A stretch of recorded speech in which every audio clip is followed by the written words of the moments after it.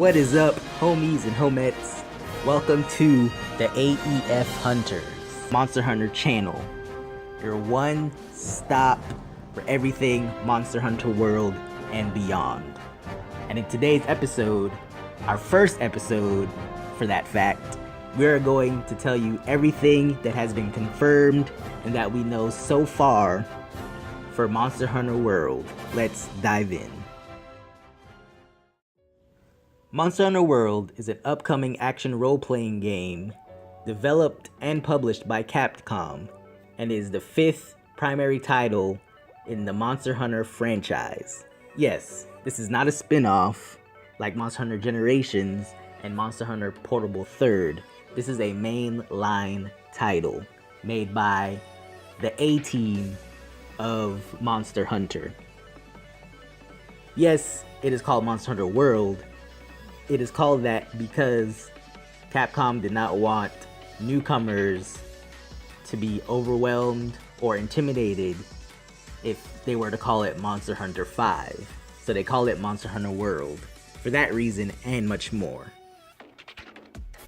It is scheduled for a simultaneous worldwide release in early 2018. So we can kind of look at this release schedule as the first quarter of 2018, which is in either January, February, or March. Any further than that would be second quarter. So we can really expect this title to come in the beginning months of the new year, which is pretty awesome. Monster Hunter World will only release for PS4 in Japan, but it will launch with both PlayStation 4 and Xbox One versions in the Western markets, with Microsoft Windows to release sometime afterwards in the US and other Western regions. Monster Hunter World will also be 30 frames per second on the console. For PC, however, it is still unknown what the frame rate would be for Monster Hunter World.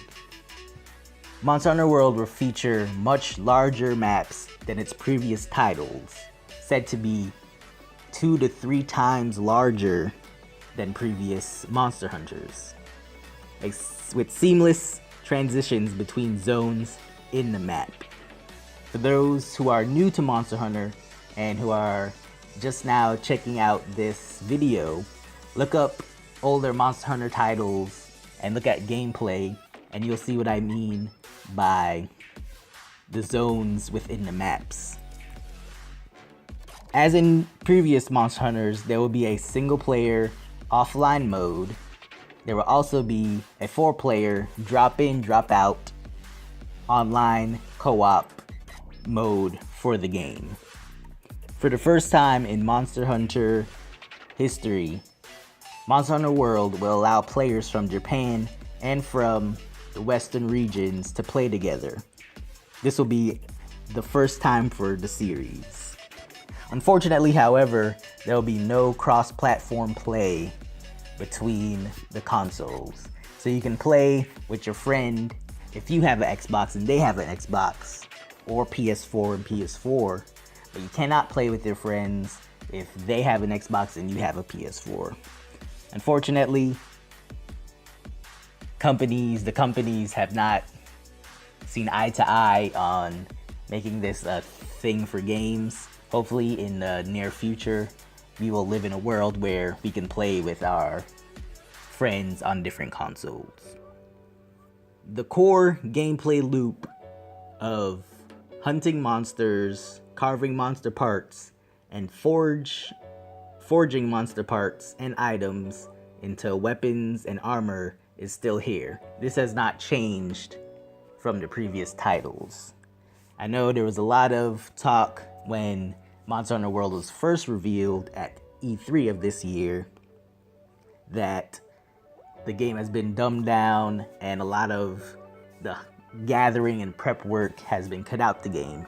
No, this has been confirmed that everything that we know of Monster Hunter, of traditional Monster Hunter, is still in the game. The hunting, the carving, the gathering of items, the mining, that is all in the game. The grind, which we all came to love, is still here.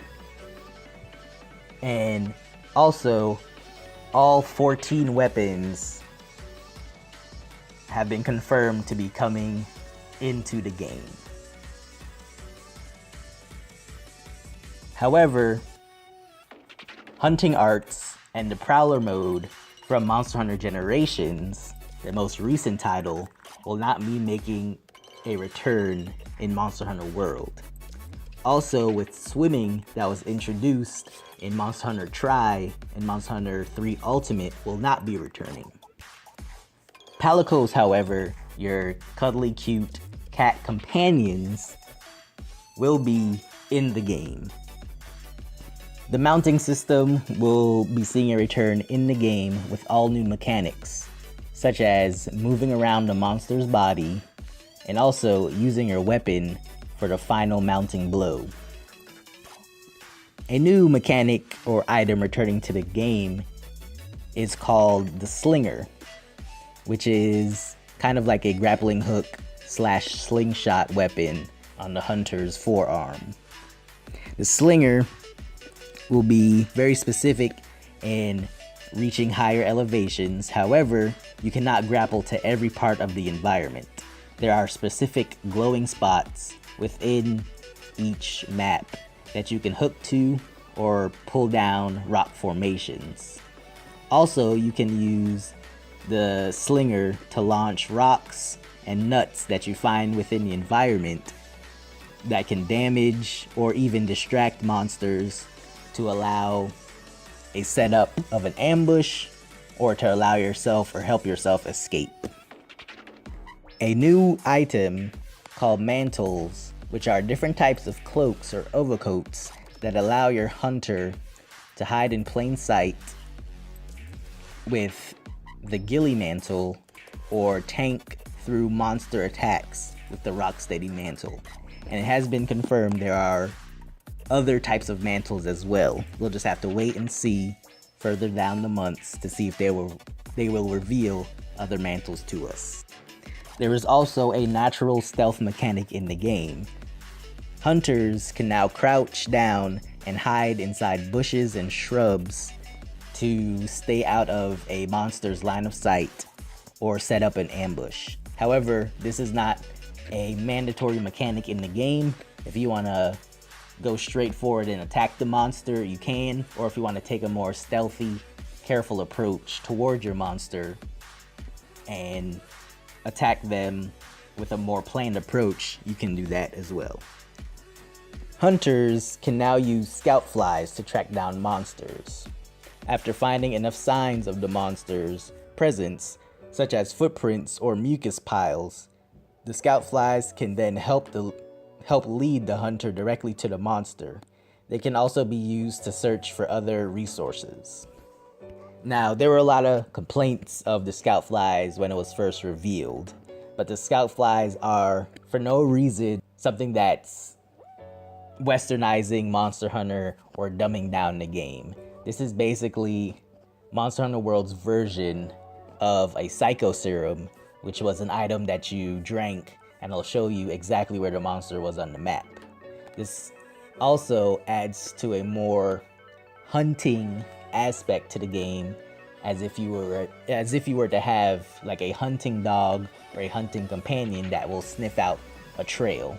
This is basically the same thing. You use the flies to find footprints and items and other clues, and once it's gathered enough of its scent and its, I guess, behaviors and markings around the world, it'll sniff out and find where the monster is for you, which just streamlines the process of having to search around endlessly till you find the monster.